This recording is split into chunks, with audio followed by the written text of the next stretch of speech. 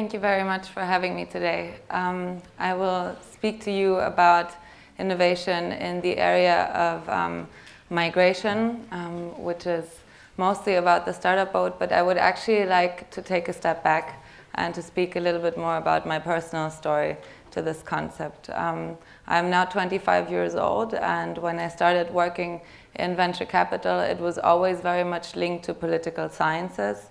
Political sciences was my bachelor's degree, but I did a EU fundraising degree also, and I was so fed up with public funding for social projects that I decided to look into the startup world, because I was seeing what sort of social impact was already being generated by startups that really had a completely different focus.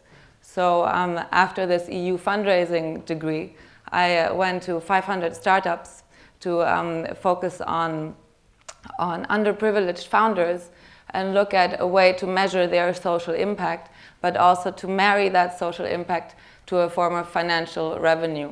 That worked out quite well, and I did get to know some investors who were later important for this project as well. But this was the beginning of my hope, thinking, okay, there's a link here, maybe there is something we can do.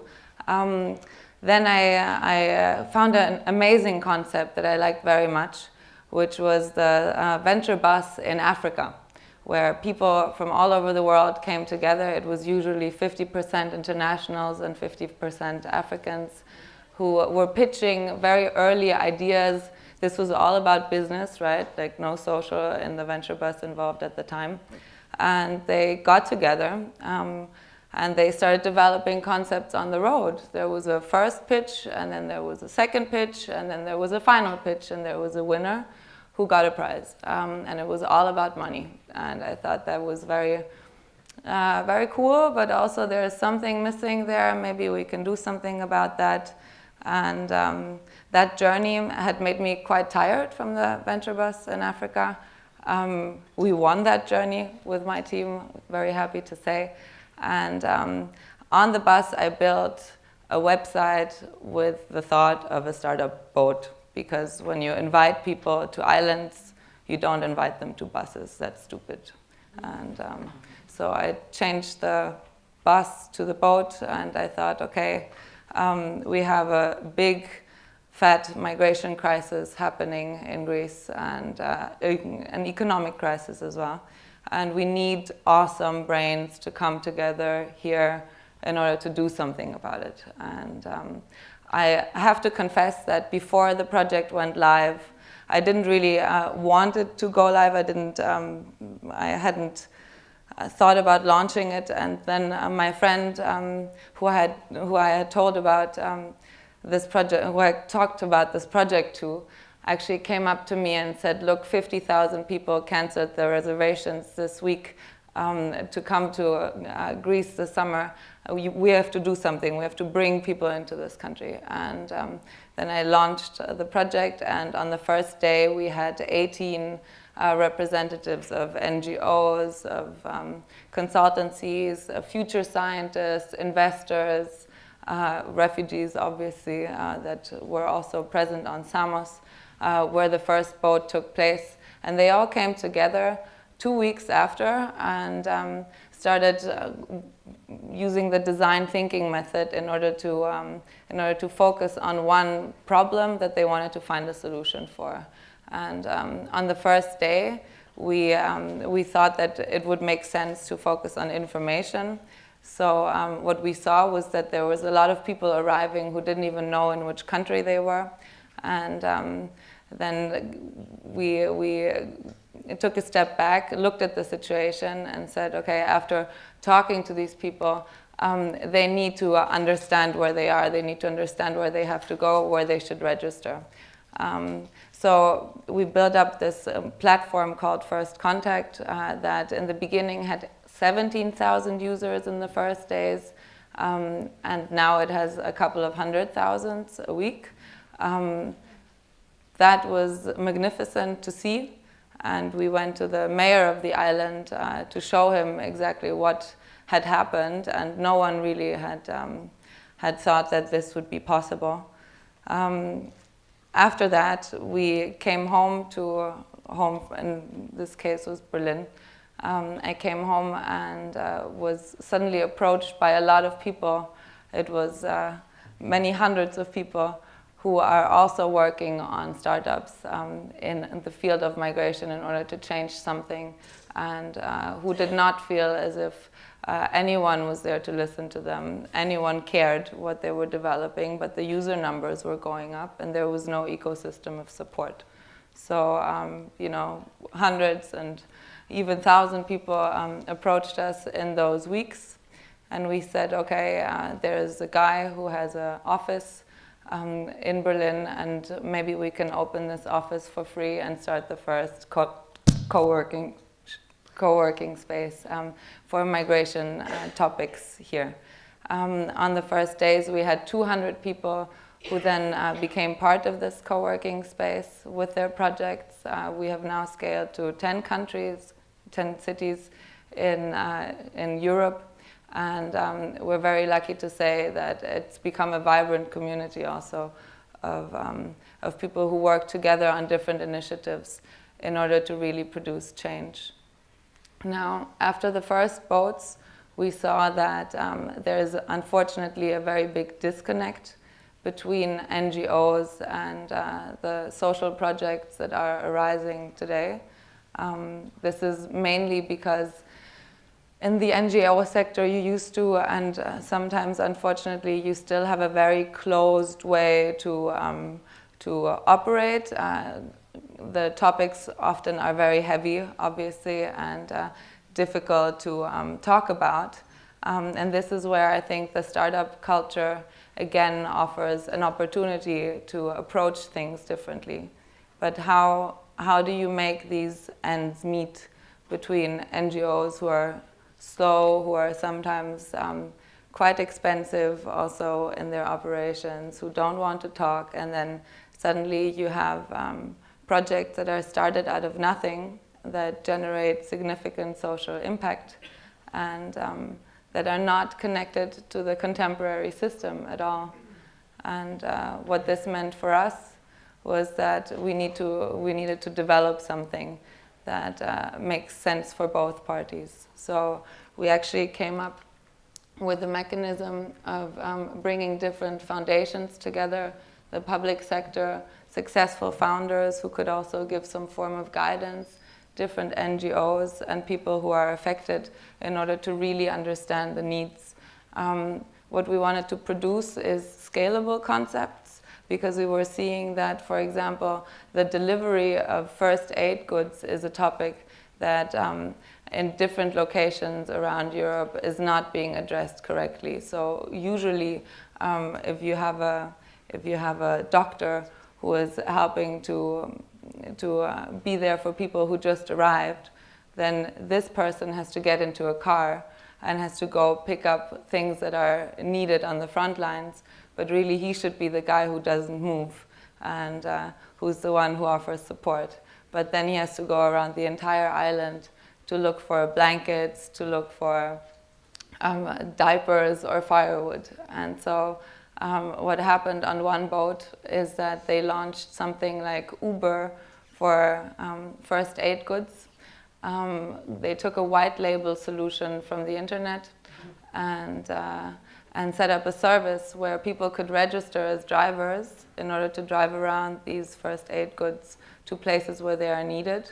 And then refugee camps could ask for these things, and the warehouses could say, yes, we do have them, they could provide them, and then they would be carried to the specific location. And what happened with this specific white label solution is that in the first, I think it was in the first 10 days, we did 200 deliveries. After 3 weeks, it became its own NGO.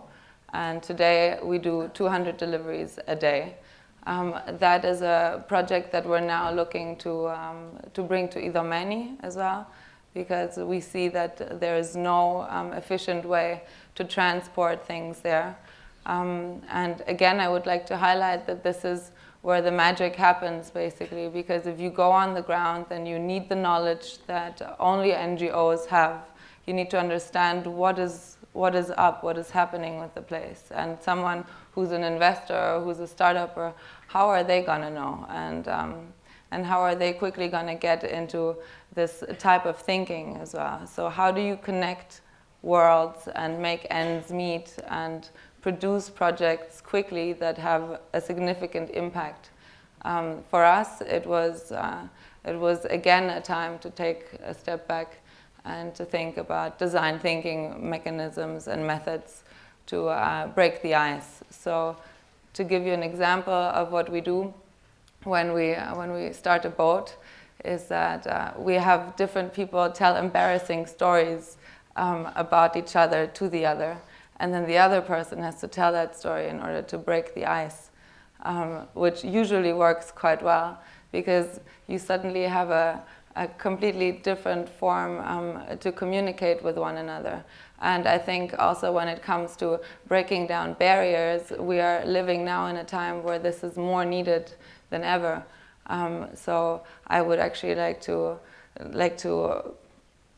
make a call to people around this room, but also between countries in Europe to work together towards similar goals again.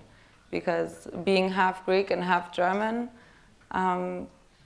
it's also the startup boat something that is heavily influential in my personal surrounding of friends. You suddenly have people meet who have never met before.